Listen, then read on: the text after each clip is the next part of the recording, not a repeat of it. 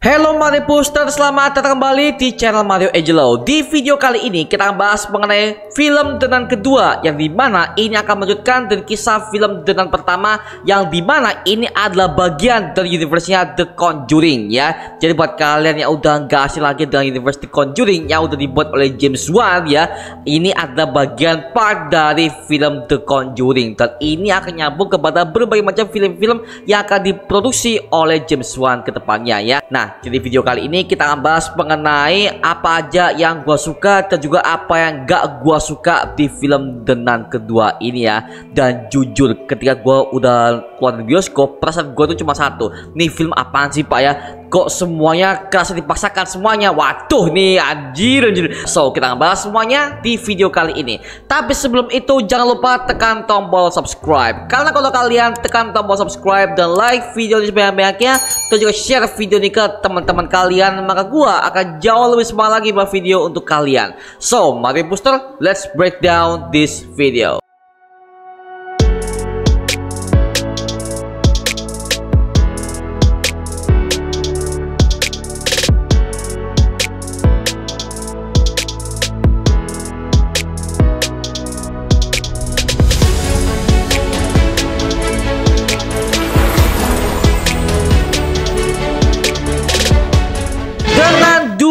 Ya, ini gua masih ingat dengan populernya Suster Falak yang udah tampil dalam film The Conjuring 2, yang ketika nama Falak ini udah menjadi trademark bagi The Conjuring, akhirnya James Wan dan juga studio mereka langsung merilis untuk menceritakan mengenai origins dari Suster Falak ini yang udah dimulai sejak film The Nun pertama, yang dimana itu udah dirilis pada tahun 2017 kalau nggak salah ya, gua agak lupa.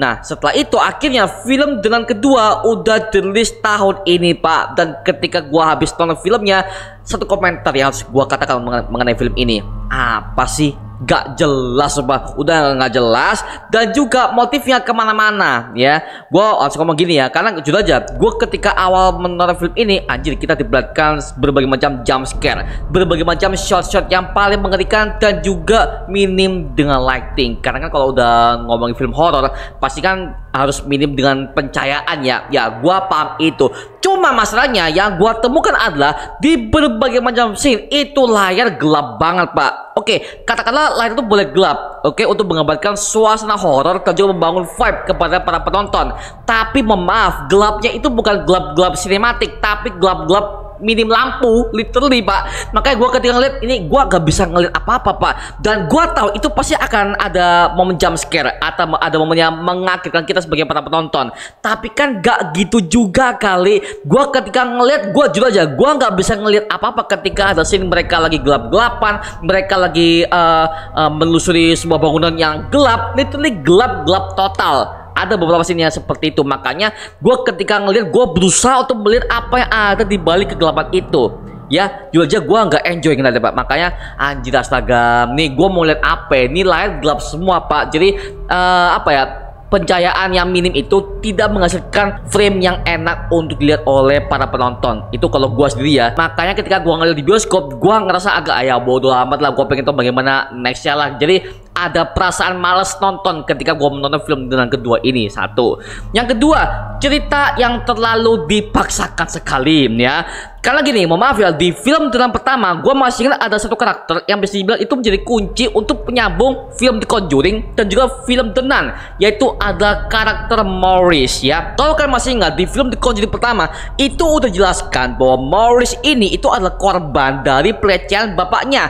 Bahkan dia juga kerasukan Falak, dan itu membuat si Lorraine Warren, itu adalah pasangan dari Ed Warren yang merupakan pengusir iblis, akhirnya mereka menjadi trauma dengan sosok Maurice ini ya. Bisa dibilang Maurice ini udah menjadi wadah baru bagi Suster Falak, dan akhirnya ketika itu akan dieksekusi ke dalam film The Nun pertama dan itu akan nyambung kepada The Conjuring pertama, itu bagus banget. Cuman masalahnya di film The Conjuring kedua, aduh, itu udah menghancurkan segala-galanya. Yang dimana karakter Maurice juga diperankan ke dalam film ini. Tapi ya, kita udah tahu bagaimana takdir Maurice yang sebenarnya dalam film pertama. Dan si Maurice ini di kehidupan nyata dia udah dikabarkan meninggal karena tindakan exorcism yang dilakukan oleh Ed dan juga Lorraine Warren ketika si Maurice ini dirasuki oleh seorang iblis jahat seperti itu, Pak. Itu dalam kisah aslinya. Gua merasa ini kayak filmnya itu kayak dipasarkan untuk menghadirkan sosok Maurice lagi, ya elah. Jadi gua ngerasa anjir lah, bodo amat lah. Jadi gua nggak merasa The Maurice ini akan menjadi ancaman selanjutnya karena kan gini, kalau udah iblis udah merasuki tubuh manusia, pasti itu manusia bakal jauh lebih serem dan juga itu lebih sulit kalau itu akan dilakukan exorcism ya. Nah, itu sebenarnya ada dalam film kedua ini, cuman terlalu lebay, maaf Pak. Efek visualnya terlalu lebay untuk menggambarkan sosok Valak yang bisa dibilang itu adalah iblis yang paling mengerikan di neraka jahanam ya. Tapi ketika gue melihat hasilnya, anjir lah, lebay banget. Gue ngeliat kayak lihat film Avengers, Pak, yang dimana ada banyak banget visual efek yang literally superhero banget. Anjir lah, bodo amat lah. Jadi apa ya, gue bisa bilang ini bukan kayak film-film horor yang bisa gue menikmati sendiri, karena ini udah masuk ke Conjuring Universe dan juga udah masuk ke dalam franchise. Nah, kalau kita udah ngomong soal franchise, pastilah ya ada beberapa scene yang bisa bilang nggak ngotak di gua, dan juga itu visualnya terlalu lebay untuk menggambarkan sosok mengerikannya dari si iblis Valak ini ya.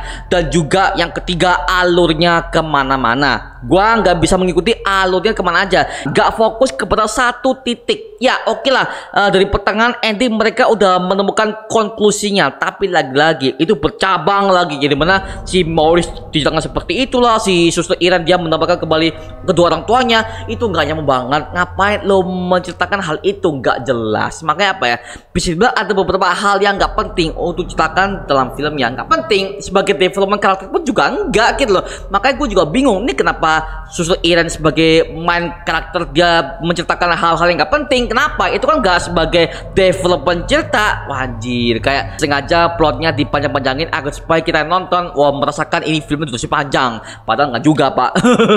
Jadi ada banyak banget hal-hal yang nggak penting dalam film dengan kedua ini ya. Itu development yang sia-sia, dan juga detailnya juga nggak penting dalam pembuatan karakter tersebut ya. Yang keempat, endingnya menggantung ya. Ini gue suka ngomong endingnya menggantung. Oke lah, katakanlah mereka mau melanjutkan ke film yang selanjutnya. Oke, gue masih paham itu.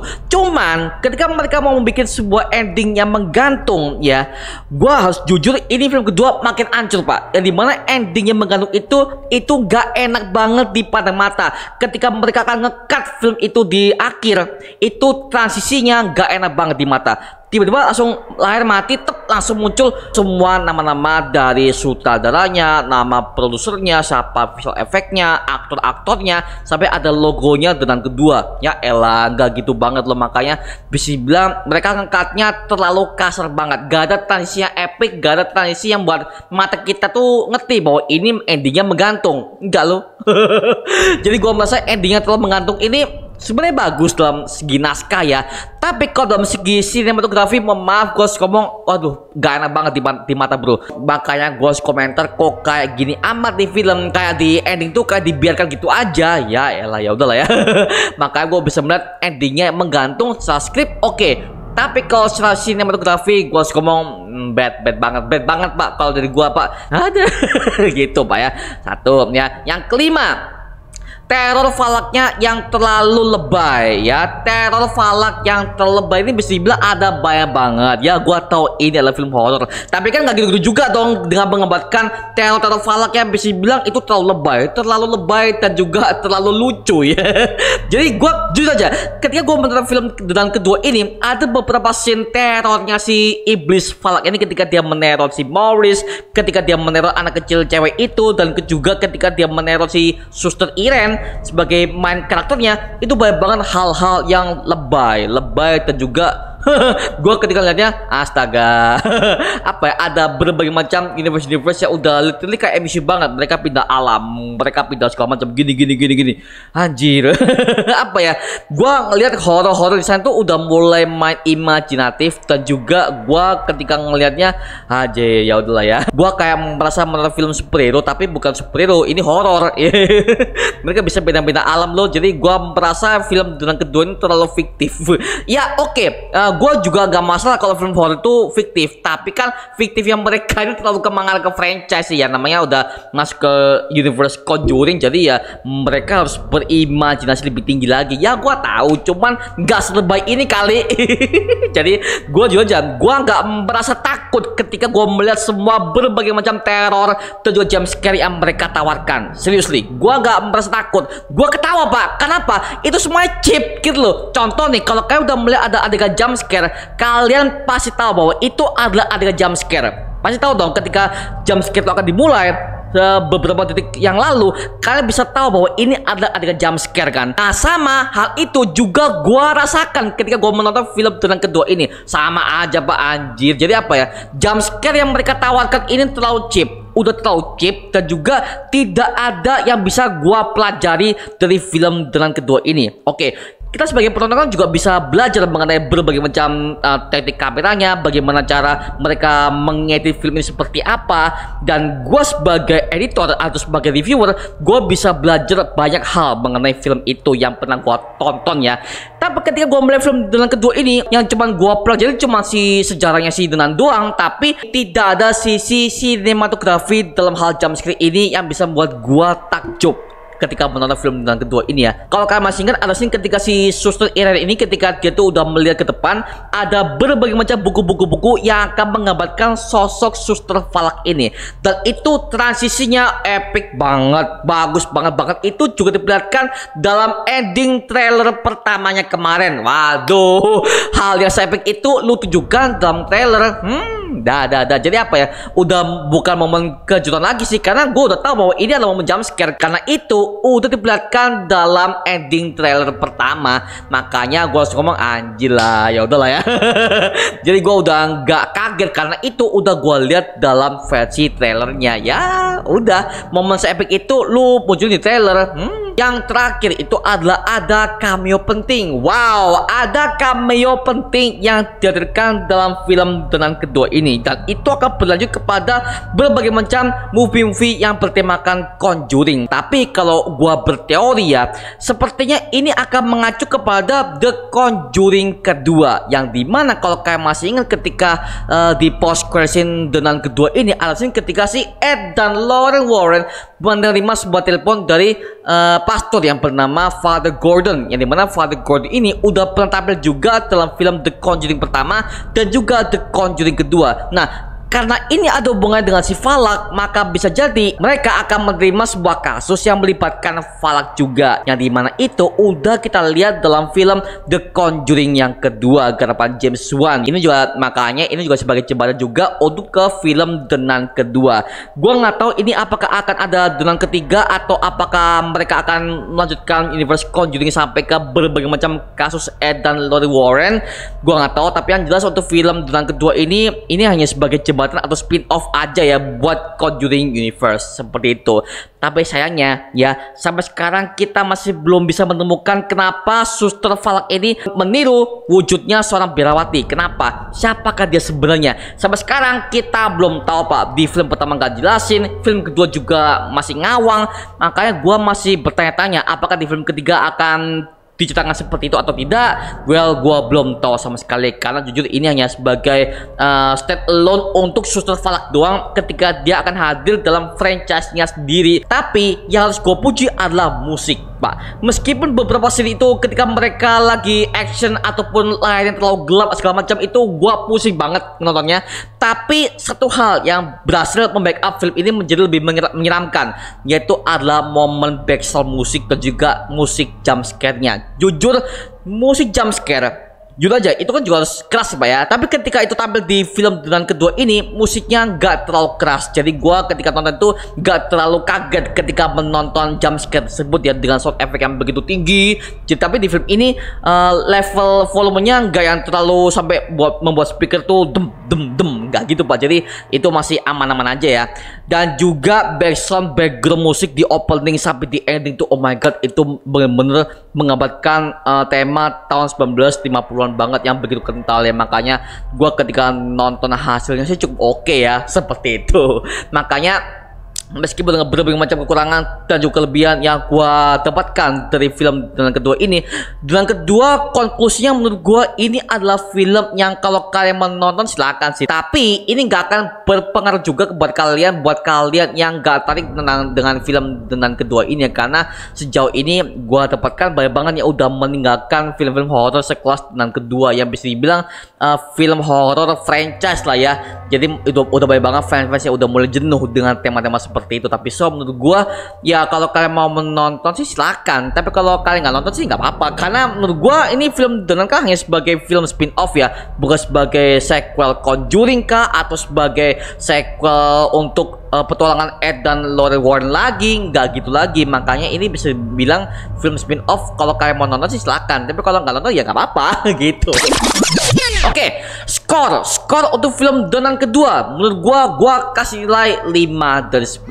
Maaf Pak, ada banyak banget adegan yang gua nggak enjoy dari segi visual, tapi untungnya itu ketolong dengan berbagai macam sound effect dan juga background musik yang bisa membangun hype untuk film dengan kedua ini dengan bumbu horornya. Mohon maaf, film ini hanya mengandalkan jump scare tapi tidak dengan cerita yang unik. Gua nggak bisa belajar apapun dari film ini, bahkan gua udah bosen banget dengan treatment yang seperti ini, jujur aja. Makanya gue berharap gue bisa menemukan film horor yang bisa dibilang lore-nya juga gampang buat diikuti, dan juga kita sebagai penonton juga enak untuk mengeksplor berbagai macam easter eggs maupun endingnya ada dalam film itu. Seperti itu ya. Makanya gue kasih film dengan kedua ini 5 dari 10. Oke, itu cuma mengenai review kita untuk film dengan kedua. Nah, sekarang giliran kalian deh. Kalau kalian gimana ya udah menonton film dengan kedua ini? Tulis aja di kolom komentar di bawah dan kita bisa diskusi bareng seperti biasanya, oke? Itu cuma mengenai video kali ini. Coba like, comment, dan subscribe untuk mendukung gua buat video mendidik dan menghiburkan semua, karena gua janji sebisa mungkin gua akan buat video seperti ini lagi untuk kalian. Dan jangan lupa untuk follow semua sosial media kita, Instagram, Twitter, TikTok, bahkan Spotify kita ya. Linknya untuk gue siapkan di kolom deskripsi di bawah, karena di situ kita juga update beberapa konten terbaru buat kalian. Dan kalau kalian ingin join bersama kita di grup komunitas, langsung aja join di grup ya kita, namanya Mario Puzzle Official. Linknya untuk gue siapkan di kolom deskripsi di bawah. Dan juga terima kasih buat kalian yang udah bergabung ke membership community. Nama gue Mario Angelo, dan sampai ketemu di video berikutnya. Adios semuanya. Wuhu.